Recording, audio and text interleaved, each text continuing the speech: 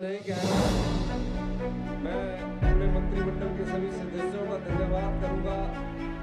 जब कभी भी कानून बदलने की बात आए तो ये ज्वालामुखी विधानसभा क्षेत्र के लिए हमेशा से संघर्ष करते रहते थे और आज जब ये अपनी मांगों को लेकर अपना डिमांड चार्टर पढ़ रहे थे तो मुझे लग रहा था कि हिमाचल के बजट में ज्वालामुखी का कोई विशेष स्थान देना पड़ेगा। इतनी मांगे रख ली, लेकिन आप तो जानते हैं 1 वर्ष पहले जब आप लोगों ने हमें आशीर्वाद दिया था, उस आशीर्वाद के बाद हिमाचल की जो आर्थिक स्थिति है और उस आर्थिक स्थिति पर जो आपदा ने प्रहार किया, उससे अभी उठने में थोड़ा समय लगेगा।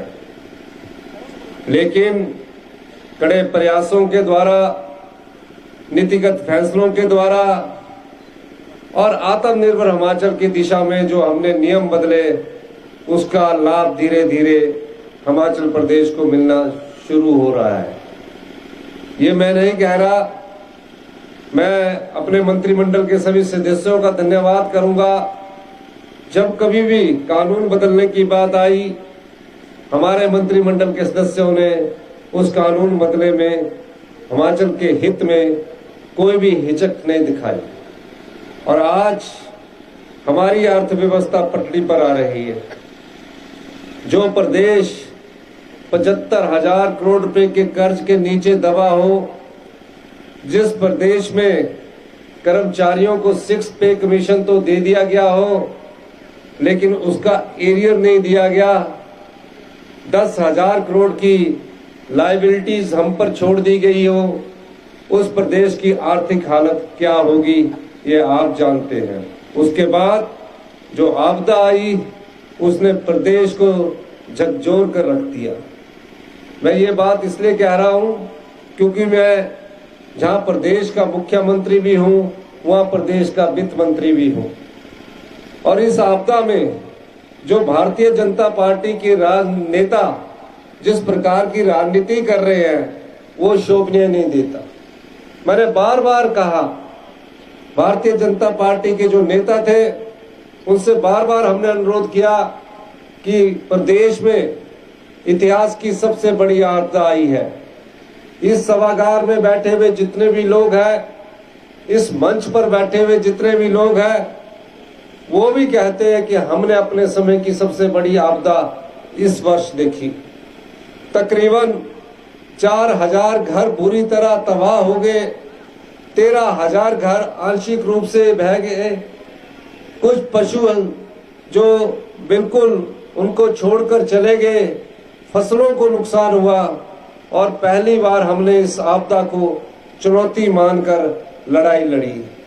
हम सब लोगों ने दिन रात मेहनत की और ये कोशिश की कि इस आपदा से जो परिवार बेघर हुए हैं उनको घर बसाने का दायित्व हमारी राज्य सरकार का है। और इस सिलसिले में हम बार बार भारतीय जनता पार्टी से अनुरोध करते रहे कि कम से कम आप आपदा में हमारे साथ केंद्र सरकार के पास चलिए। भारतीय जनता पार्टी के आपदा के समय ये बात करते रहे कि विधानसभा का सेशन बुलाइए। मैंने कहा हम विधानसभा का सेशन बुलाएंगे, लेकिन जब ये आपदा कम हो जाएगी तब हम विधानसभा का सेशन बुलाएंगे। मैंने कहा अगर हम विधानसभा का 70 बुलाते हैं तो जितने सरकारी कर्मचारी है, जितने पुलिस के कर्मचारी और अधिकारी है, वो विधानसभा की सुरक्षा में लग जाएंगे और अधिकारी सवालों का जवाब देने में लग जाएंगे। लेकिन भारतीय जनता पार्टी वाले विधानसभा 70 की मांग करते रहे और जब विधानसभा का 70 बनाया गया, मुझे बड़ी प्रसन्नता हुई कि भारतीय जनता पार्टी के नेता बोल रहे हैं कि आपदा पर बहस होनी चाहिए।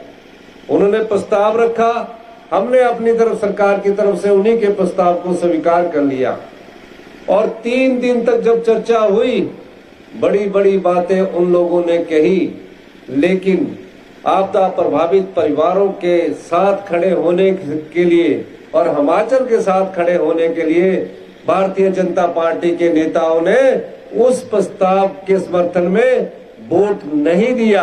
हमारी मेजॉरिटी थी, हमने मेजॉरिटी से उस प्रस्ताव को पारित किया, उस संकल्प को पारित किया। उसके बाद मैं देश के प्रधानमंत्री से मिला, मैं देश के गृह मंत्री से मिला, मैं देश के वित्त मंत्री से मिला और मैंने कहा इस आपदा प्रभावित राज्य को आप स्पेशल रिलीफ पैकेज दीजिए, जिस तरह आपने गुजरात में दिया, जिस तरह आपने उत्तराखंड में दिया, जिस तरह आपने और राज्यों में दिया, हमें भी स्पेशल रिलीफ पैकेज दीजिए।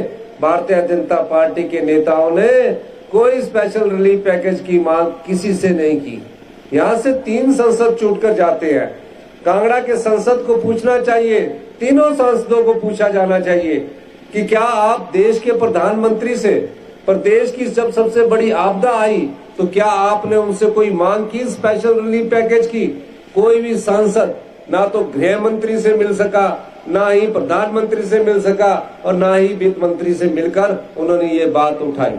और जब मैं अभी देख रहा था, कह रहे थे हमने इतने 1000 करोड़ की मदद की है, वो मदद नहीं है, वो बजटीय मदद है। अगर पीएम आवास योजना के तहत मकान बनाने के लिए आपको सिर्फ 1.5 लाख रुपया मिलता है, वो एक सर्वे के हिसाब से उन्होंने मकान का दे दिया। और जो बजट में एनडीआरएफ और एसडीआरएफ का पैसा जो हमें मिलता है उसको दर्शा कर वो बोल रहे हैं कि हमने मदद की। कोई special relief package Himachal Pradesh को भारतीय जनता पार्टी की केंद्र सरकार ने नहीं दिया और केंद्र के जो हमारे यहाँ के सभी सांसद हैं उन्होंने भी प्रदेश सरकार की मदद नहीं की। हमने अपने आर्थिक संसाधन जोड़े और हमने अपने आर्थिक बजट में थोड़ी कटौती करके, इधर उधर का बजट कटौती करके हमने 4500 करोड़ रुपए का आर्थिक पैकेज दिया, जिससे सड़कों को दुरुस्त किया गया, पानी की योजनाओं को दुरुस्त किया गया। और मेरे सामने जब उन 16,000 घरों की बात आई तो कहा जिसका मकान आंशिक रूप से टूट चुका है उसे नियम के अनुसार, कानून के अनुसार सिर्फ 5,000 रुपया दिया जा सकता है और उसके बाद जिसका मकान पूरी तरह क्षतिग्रस्त हो चुका है उसे सिर्फ 1.5 लाख रुपया दिया जा सकता है। मैंने बैठक खत्म की अधिकारियों से, मैं रात भर सोचता रहा कि 1.5 लाख रुपया जिसका पूरा मकान क्षतिग्रस्त हो चुका है उससे कैसे उसका घर बनेगा। पाई पाई जोड़कर एक घर बनाया जाता है हिमाचल प्रदेश में, बड़ी मुश्किल से एक घर बनता है। मैंने रात भर जब सोचने के बाद अगले दिन फिर अधिकारियों की बैठक की और मैंने उन 16,000 परिवारों के लिए नियम बदल दिए, कानून बदल दिया और 1.5 लाख रुपए की जगह हमने उन्हें 7 लाख रुपया देने का वादा किया। ये हम सच्ची श्रद्धा हमारी हिमाचल की जनता के लिए थी। अभी 3 लाख की पहली किस्त मिली है, बाकी और किस्तें भी आपको मिलेगी और 7 लाख रुपया पूरा घर बनाने के लिए मिलेगा। 5,000 रुपया जो मिलता था हमने उसमें भी बदलाव कर दिया और 5,000 की जगह हमने 1 लाख रुपया जिसकी दुकान चलेगी, जिसका आंशिक रूप से मकान चला गया, 1 लाख रुपया दिया। ऐसा कभी भी हिमाचल के इतिहास में नियमों को तोड़कर आपदा प्रभावित परिवारों की किसी ने मदद नहीं की। ये कांग्रेस की सरकार थी जिसने आप लोगों की मदद की है। 1 वर्ष के भीतर जहां आर्थिक बदहाली है, आर्थिक तंगी के दौर से हम गुजर रहे हैं, वहां आपदा प्रभावित परिवारों को 4500 करोड़ रुपए का हमने स्पेशल रिलीफ पैकेज दिया। यही नहीं, इसी बीच हमें फैसला करना था कि जो सरकारी कर्मचारी है, जो सरकारी अधिकारी है, जिन्होंने हिमाचल प्रदेश में विकास की गाथा लिखी है, चाहे पुलिस के कर्मचारी, चाहे किसी भी सरकार के कर्मचारी है, उसमें ओल्ड पेंशन स्कीम की जब योजना लाई गई, उस ओल्ड पेंशन स्कीम में जब चर्चा हुई, हमारे पास बजट कुछ नहीं था, 1 पैसा तक नहीं था। हमारी दृढ़ इच्छा शक्ति थी, हम चाहते तो 5 साल बाद चुनावों से पहले ओल्ड पेंशन स्कीम लागू करते, पर उन 4 साल में कितने सरकारी कर्मचारी रिटायर होकर विदाउट ओल्ड पेंशन के घर बैठ जाते। मैंने फैसला किया, हम चुनाव जीत चुके थे, हमने फैसला किया कि नहीं, ओल्ड पेंशन स्कीम जो है वो हिमाचल के कर्मचारी और अधिकारियों को मिलनी चाहिए। मेरे पास अधिकारी आए, फाइनेंस का बात किया, मैंने बोला नहीं, हम इस व्यवस्था को बदलेंगे। और हमने आर्थिक तंगी के बाद भी ओल्ड पेंशन स्कीम अपने सरकारी कर्मचारी और आर्थिक अपने अधिकारियों को दी। ये सरकार की कटिबद्धता होती है कि अपने सरकारी कर्मचारी और अधिकारियों का ख्याल रखे। लेकिन मैं चाहूंगा कि जितने भी हमारे सरकारी कर्मचारी हैं वो थोड़ा सा सब्र जरूर रखे। एरियर की मांग आ रही है, डीए की मांग आ रही है, पर हम किसी ना किसी तरह से अपनी अर्थव्यवस्था को पटड़ी पर लाना चाहते हैं।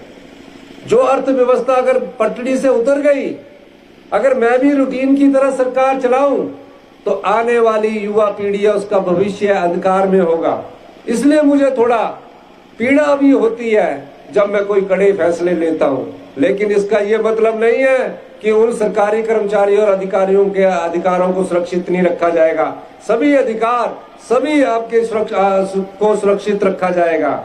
लेकिन मुझे आपदा के बाद उन किसानों का भी सोचना है, उन बागबानों का भी सोचना है, उन मजदूरों का भी सोचना है जो हमारे समाज के विभिन्न अंग हैं।